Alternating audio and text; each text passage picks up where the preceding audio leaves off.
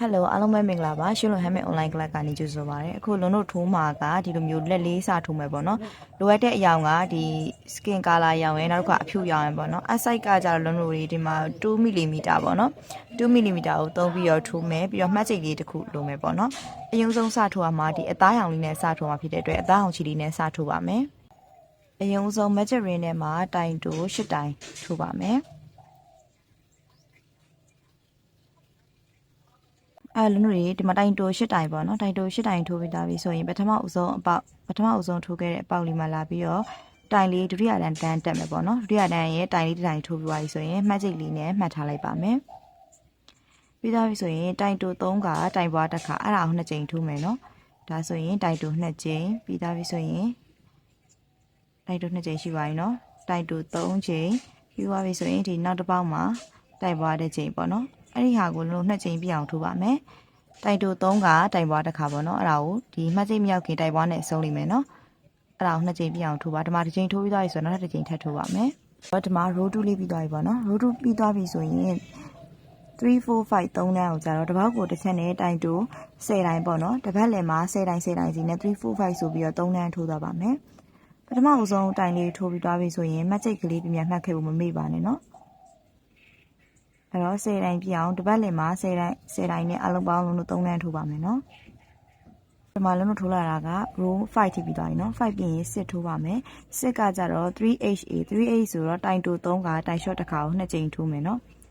ပထမအဆုံးတိုင်မှာမှတ်ချိန်ပြန်မှတ်မယ်ပြီးသွားပြီဆိုရင်3Hထိုးမယ်ဒီဘောက်ချက်နဲ့တိုင်တို3တိုင်ထိုးမယ်ပြီးသွားပြီဆိုရင် A ဆိုတော့တိုင် short တစ်ခုထိုးမယ်တိုင် short တစ်ခုထိုးမယ်ဒါဆိုရင်တစ်ကြိမ်ပြီးသွားပြီအဲ့လိုမျိုး 3HA ဆိုပြီးနောက်ထပ်တစ်ကြိမ်ကိုလည်းထပ်ပြီးတော့လုပ်လိုက်ပါမယ်နော်ဒါ row 8ပေါ့နော် row 8ကနောက်ဆုံးတိုင်ကိုရောက်ပြီဆိုရင်လုံးတို့ချီဖြူရောင်လေးချိန်မယ်ချီချိန်တဲ့အခါကျရင်လုံးတို့စူးစအောင်လို့ဆွဲလိုက်မယ်ဆွဲပြီးသွားပြီဆိုရင်ဒီအပေါ်ပေါ့နောက်ဆုံးတိုင်ရဲ့ဖွင့်ပြီးအပေါ်ကနေပြီးတော့ဒီလိုလေးထိုးချလိုက်မယ်တိုင်ကိုကန့်လန့်လေးပေါ့နော်ကန့်လန့်လေးထိုးပြီးသွားပြီဆိုရင်လုံးတို့လေးဒီချီဖြူစလေးကိုယူလိုက်မယ်ယူပြီးရင်ဒီအထက်ကနေပြီးတော့ဖြတ်ဆွဲလိုက်မယ်ချီဖြူစဒါဆိုရင်ဒီမှာခွင်းရပြီခွင်းရရင်ဒီအတိုင်းအောင်ချီစကိုလူဆွဲချလိုက်ပါတင်းတင်းဒါဆိုရင်ချီအရာအောင်ချိန်ပြီးသားဖြစ်သွားပြီပေါ့နော်ချီအောင်ချိန်ပြီးသွားပြီဆိုရင်လုံးတို့လေး BLO ဆိုတာကကြတော့ဒီဖွန်မီနှစ်ချမ်းရှိတာကိုမှလုံးတို့ဒီအတွင်းဘက်ဖွန်မီချမ်းပေါ့နော်လက်ခလဲဘက်ဖွန်မီချမ်းဒီဘက်ဖွန်မီချမ်းတစ်ချမ်းကိုပဲယူပြီးတော့ထိုးပါမယ်ဓမ္မကကြတော့ချီအယောင်ချင်းလိုက်တာဆိုတော့လေဒီအဖြူရောင်တိုင်လေးရာတို့ဆက်စထိုးခြင်းတိုင်ဆိုတာကိုသိတော့မှတ်မှတ်တော့ဒီတန်းမှာတော့ဘာလို့လဲဆိုတော့ BLO ထိုးမှနဲ့အပေါက်လေးတွေကကျင်းတော့လေကျက်သွားမှာဆိုလို့ရှုပ်မှာဆိုလို့ပေါ့နော်ဒီအဖြူရောင်ဆက်စခြင်းတိုင်ကိုပထမဦးဆုံးတန်းပေါ့နော်row ဘလောက်လဲဆိုတော့ဒီဟာကို row 9ရဲ့ပထမအဆုံးတိုင်လို့မှတ်ထားလိုက်ပါမယ်နော်ပြီးသွားပြီဆိုရင် BLO 8V ထိုးပါမယ် 8V ဆိုတော့တပေါက်မှာတိုင်တို2ချက်စီနဲ့ပေါ့နော်ဒီအတွင်းဘက်အချမ်းလေးတွေ BLO ချမ်းလေးတွေဝယ်ယူပြီးတော့ထိုးသွားမယ်ကျိုးစာလေးကိုကြာလုံးလုံးလေးပြုတ်မထွက်အောင်လို့တေချာလေးတင်းပြီးတော့ထိုးသွားပါမယ်နော်ဒီမှာလုံးလုံးတွေ row 9ရဲ့ 8V ပြည့်သွားပြီဆိုရင် row 10ထိုးပါမယ် row 10ကကြာတော့ဒီအဖြူလေးမှာနော်လာပြီးထိုးမယ်သူကတော့ BLO တွေ FN တွေမပါတော့ U ပဲထိုးမှာလုံးလုံးဘလောက်ထိုးရမလဲဆိုတော့ပတ်လည်မှာတိုင်16တိုင်ထိုးမယ်ပေါ့နော် row 10နဲ့ row 11 10 17ပေါ့နော်နှစ်တန်းကကြတော့ပတ်လည်မှာတိုင်တို16တိုင်ပေါ့နော်တစ်ပတ်လည်မှာ16တိုင်နဲ့နှစ်တန်းထိုးပါမယ်အလုံးတို့တွေ10 17နှစ်တန်းပြီးသွားရင်12ထိုးမယ်နော်12ကကြတော့လုံးတို့ 2HA ကို4ချိန်ထိုးမယ်တိုင်တို2ခါတိုင် short တစ်ခါနော်တိုင်တို2ခါတိုင် short တစ်ခါအဲ့ဒါကို4ချိန်ထိုးပါမယ်တိုင်တိုဒီမှာတစ်ခါပြီးသွားပြီဒါဆိုနောက်တစ်ခါထိုးမယ်ဒါဆိုရင်တိုင်တို2ခါပေါ့နော်